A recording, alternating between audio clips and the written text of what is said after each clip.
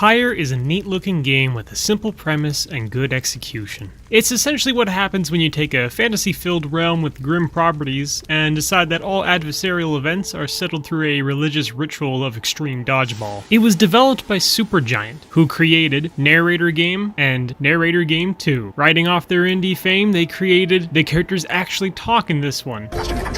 It's a nice change of pace. Pyre puts you in the role of a reader, one who is literate and can read old books that are considered contraband in your society, and you are banished to a far-off prison land known as the Downside, a free-for-all frenzy whose denizens are only prisoners, which is where many convicts are sent to for life sentences. The goal is to get out. Pyre is almost entirely focused on narrative here. There's not too much else for me to talk about, so I won't go into any detail past the first part of the game in order to avoid spoilers. The story of Pyre starts off in a precarious situation. Having been exiled from the Commonwealth, which is the powerhouse nation of the world, and banished to the Downside, a permanent prison for all criminals to be sent to, you struggle on the last few breaths of your life as you succumb to the harsh elements of the land. Just in time, a roving group riding a wagon so happens to come by and find you, and as they ascertain just what exactly you are,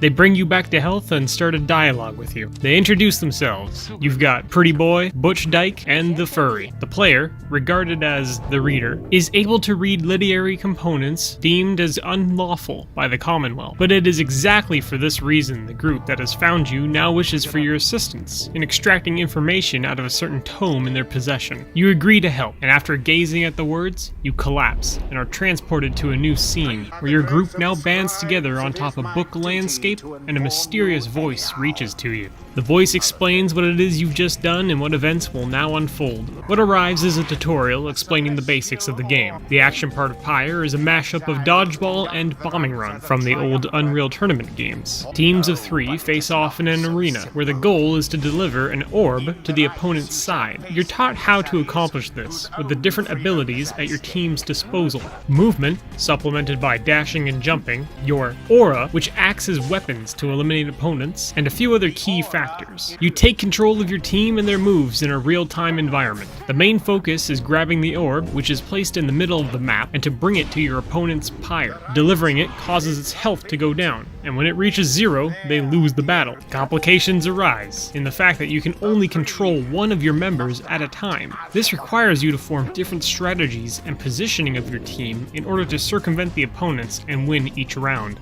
In addition, when you have control of the orb, you lose your offensive capabilities. So now it becomes a rush to evade and score a goal. You can lob the orb away at any time, however, and you can even use this to score points if you want. Normally, when you have the orb, you move to your opponent's pyre to deliver it, and if you make it, the deliverer becomes banished. It can't be used for the next round, making the fight a 2 versus 3 scenario. Lobbing the orb circumvents this, but it's a risky move having to stand still for so long. The choice is yours. Every character and race has different statistics, movement, and auras, and you're able to level your cast to obtain new powers later on. There's a myriad of combinations and strategies at your disposal, so you're sure to find a niche you're looking for. I know I pretty much just played a bum rush tactic every time. After you finish up the tutorial, the group asks you to examine the stars above to figure out where the first rite is to commence. Still being in the dark, you chart the night sky and find the next spot to be. You make your way to the destination, and are then shown the story-centered gameplay portion. Along your way, you may choose new routes to take, which each give different story and statistical implications. You're presented with these almost every time you move out, so you'll be making plenty of choices along the way. But a disappointment that follows these is that most of the time, they tend to just be very minor gameplay implications, and it really just starts to boil down to meta decisions of, oh, do I want this thing, or do I want that thing? You reach the new locale you set out to, and a new rite commences. You're given proper opponents this time around, called the Accusers, who are one of the many groups vying in this competition for freedom. You're given hints as to what exactly all these rites and groups have to do with one another, and it is crudely explained that these battles are somehow related in a manner of being allowed out free from the Downside and back into the Commonwealth. You come to know that your group in specific is called the Nightwings, and you then deal with the Accusers. One core mechanic in this game is winning and failure. The game doesn't end if you lose a right, and it makes this clear. Your story still continues regardless. You learn more of the rights as you go along, how they function, what they allow and don't allow, such as violence. It's not permitted when participating. After the rite, you navigate the stars once more to ascertain where the next rite begins. And at this point, you're more or less invited, or rather coerced, into traveling with the Nightwings to guide them through the rites. You meet with a new member as you travel to the next star, and you'll meet many more as time goes on. The cast extends onto Tumblr Girl, Bro Bird, Marilyn Manson, Best Character, and Tsundere Bitch, with more making their appearances much later on. You're introduced to a few more components of traveling, like vocations, which allows you to initiate one out of a few actions, like gathering for items, enriching someone with enlightenment, or studying your books further to bring global boosts to all of your companions, as well as shopping, which allows you to buy and trade talismans that can enhance your party during the rites, by giving them better stats, partially unique mechanics, and later on, even specific talismans for each character you can get. More avenues open up the further in the game you go, but any more from here would spoil much of the story, which is important to note. The game runs on a motif that you learn more of it the further you progress, which in turn opens up new mechanics and systems to interact with. Much of the tale is focused around the themes of spiritualism,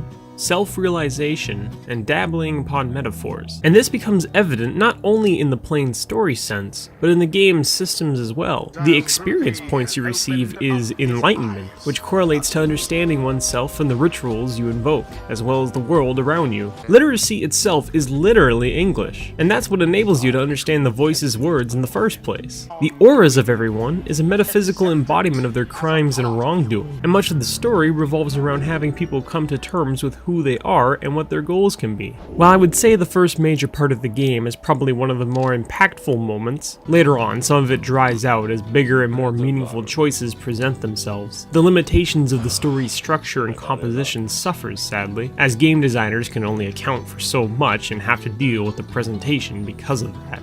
You'll still feel as though what you do has impact, but some of the dialogue after a certain point was obviously built to be very all-inclusive regardless of the circumstances you're in. Essentially what I mean is even though you did a big huge decision at one point, the game won't have everyone comment on it because reasons. It doesn't shatter your enjoyment, but it's noticeable if you're perceptive. Presentation-wise, the game has an exceptionally high note here. Beyond the veil of, it's indie, ooh look at its cartoon design, there's a ton of charm hidden throughout.